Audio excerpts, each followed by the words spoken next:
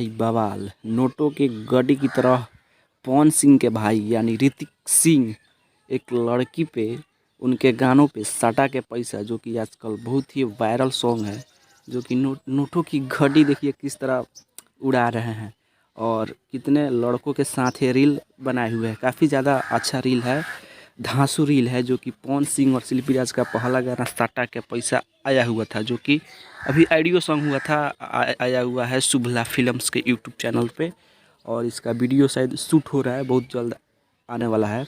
और ये धांसू रील है पैसों की और कुछ लड़कों के साथ और एक ब्यूटीफुल लड़की के साथ, जो कि पवन सिंह के भाई रील बनाए हुए हैं। आप लोगों को कैसा रील लगा? यदि पसंद आया है तो चैनल को सब्सक्राइब जरूर करिएगा। ये चैनल की सब्सक्राइब करीजा और ज़्यादा से ज़्यादा शेयर करीजा।